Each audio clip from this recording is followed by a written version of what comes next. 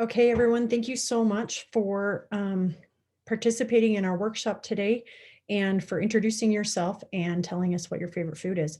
We're going to move to the presentation portion of our workshop today. And so we're going to talk now about what kind of dangerous diseases can happen in our mouths and how we can avoid them. There are 5 simple steps that we can take at home to keep our mouths healthy and strong. So we're going to cover that today in the presentation portion of our workshop.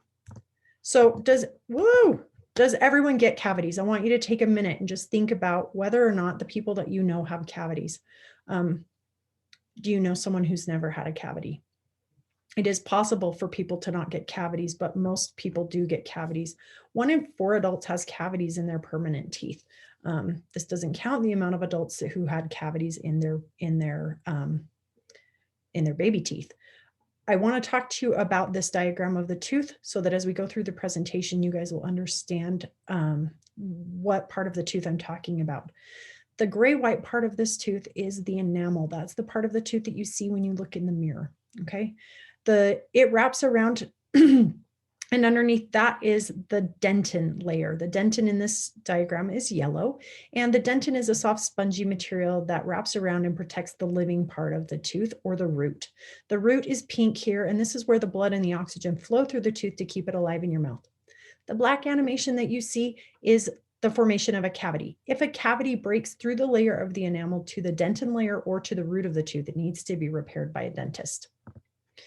Cavities are completely preventable, however. And so we don't have to get cavities. And with the simple steps that I'll talk about, we can either completely eliminate cavities in our mouths or significantly reduce the number of cavities that we get.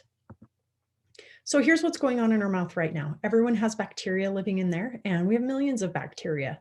And plaque forms on our teeth. Plaque is a sticky, fuzzy substance where the bacteria grow and where cavities develop. The bacteria that live in the plaque eat the sugar from the foods and drinks that we put into our mouth. Most of the foods that we eat contain even small amounts of sugar. And so these bacteria eat that sugar are constantly, every time that we eat, they eat that sugar, and they cause acid attacks to happen in our mouths.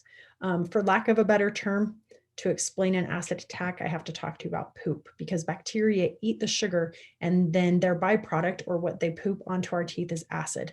And this happens every single time that we eat. Acid is corrosive. It causes holes and destruction. And so a cavity is formed because we have this bacteria that lives in our mouth, and then it eats the food, it eats the sugar from the food and drinks that we put into our mouth and puts this acid onto our teeth. And we go throughout our day doing various activities. We might be at work or hanging with family and friends, or participating in some other activity. And that acid has time to sit and destroy or cause holes in our teeth, break through the enamel and cause some serious damage. There are a couple other dental diseases that I want to talk to you about that can cause us some serious problems. The first one is gingivitis. Gingivitis happens when plaque and bacteria get up under the lining of our gum. We can avoid gingivitis altogether by making sure that when we brush our teeth, we make sure to brush gently along our gum line. That moves the plaque and bacteria out from under those gums so that they don't get infected. Gums infected with gingivitis become very painful and swollen. They become red and tender, and the gums will bleed. Bleeding gums is not normal. That's a sign that there is some sort of inflammation or infection. If you have gingivitis that isn't clearing up on its own, then you may need to have a special mouthwash or an antibiotic prescribed to you by your dentist. A tooth abscess is the other dental disease that I want to touch on.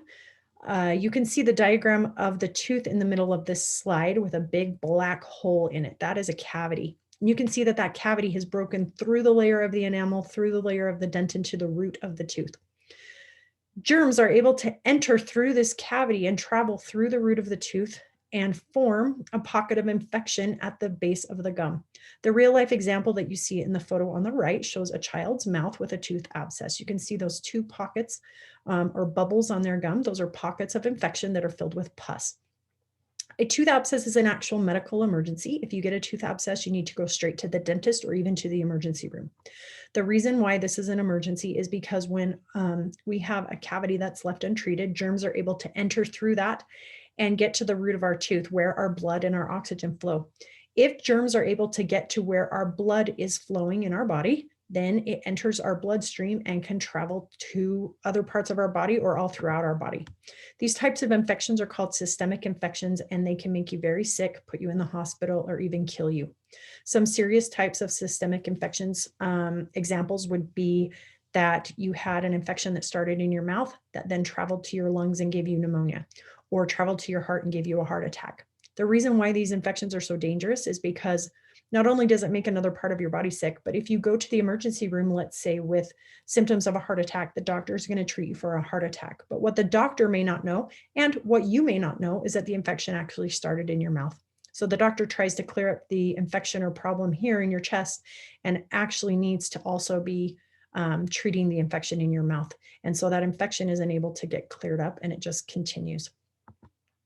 Tobacco destroys your mouth, okay? Any type of tobacco use, traditional cigarettes, e-cigarettes, and chewing tobacco will destroy your mouth. You can see the photo in the bottom right corner of this slide to see what tobacco does to your teeth and your gums. You can see that the teeth are black and dying. Some of the teeth are missing. That's because those teeth have already died and fallen out. The gums are gray and ashy, and even the tongue is turning black. This leaves your mouth open to a lot of holes where germs can enter and cause these types of dangerous systemic infections that I talked about. Oral cancer is the biggest concern we have with tobacco use and your mouth. Oral cancer kills 2 people every hour, 24 hours a day. So about 50 people die every single day from cancer of their mouth. The man that you see in this slide, his name is Gruen van Berens. Gruen was 13 when he started chewing tobacco and got a white spot on his tongue, very similar to the picture that is in the middle of this slide. He finally went to the doctor when he was 17, and the doctor quickly diagnosed him with oral cancer. The doctor removed that cancer, and unfortunately, and what is most likely to happen with oral cancer is that his cancer returned. He had to have more than 40 surgeries to try to prolong his life and treat that cancer. And he actually died at 38. So for literally half of his life, he was sick battling cancer. I will now share a video with you with Gruen speaking to talk a little bit about his experience.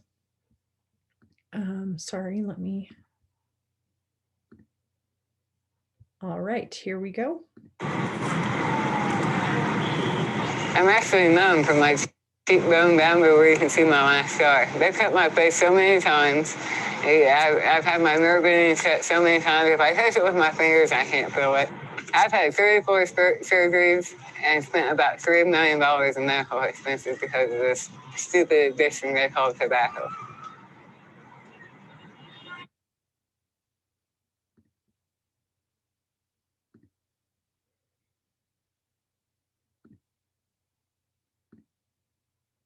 Okay, so you can see quite a difference from this photo to the video that we saw. In this photo, Gruen has had his entire lower jawbone removed because he got cancer in the bone. And in the video, you could see all of that patchy skin on his neck. That's where doctors were trying to reconstruct the parts of his jaw and his throat where the cancer had traveled to. This is a sad casualty of oral cancer, but this is most likely to happen if you use tobacco. So let's talk about what you can do to have good oral health to make sure that you stay away from these types of dangerous infections like gingivitis, tooth abscess cavities, and oral cancers. Steps 1 and 2, we're going to talk about 5 simple steps. Steps 1 and 2 are brushing and flossing. When we brush, it's important that we brush 2 times a day, once in the morning and once at night. We want to make sure that every time we brush our teeth for a full 2 minutes. We need that 2 minutes so that we can use our toothbrush and our toothpaste to clean every part of every single tooth that's in our mouth. We want to brush away the acid and the sugar, the plaque, and the food that accumulate on our teeth. And so most of us, when we stand in front of the mirror, don't end up brushing for a full 2 minutes. So I suggest you put a song that you like on your phone and brush for that whole song, or set a timer for 2 minutes. Flossing, you only need to floss at night before you go to bed. The reason why flossing is important is because our toothbrush bristles just can't get to everywhere in our mouth that the bacteria can. So floss gets in between those tight spaces between our teeth and pulls the plaque and the food and the sugar and the acid that gets stuck in between there. In my own personal experience, every cavity I've ever had in my mouth has started in between my teeth. Step number 3, Healthy eating. When we choose to eat a variety of healthy foods, our bodies are getting the vitamins and nutrients that it needs to be healthy. We are keeping our mouth healthier this way as well. If we eat a lot of junk, we're going to feel like garbage. Our mouth is going to feel dirty. We're going to get a lot of cavities. We're not going to feel good.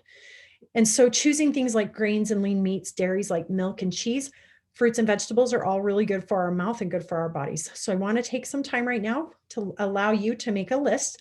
You can pause the video, go ahead and make a list of all the healthy foods that you like to eat. The reason for making this list is because we want it first and foremost in your mind, the things that you enjoy to eat. That way, I invite you now, after you've made your list, to incorporate at least one of those things into your diet every day. So one day you may choose to incorporate a fruit. The next day you might choose to incorporate some type of lean meat. Maybe the third day you're going to choose a fruit and a vegetable to incorporate in your diet. This will give you some variety and be able to let you quickly see what kind of foods it is that you like and that you want to add to your day.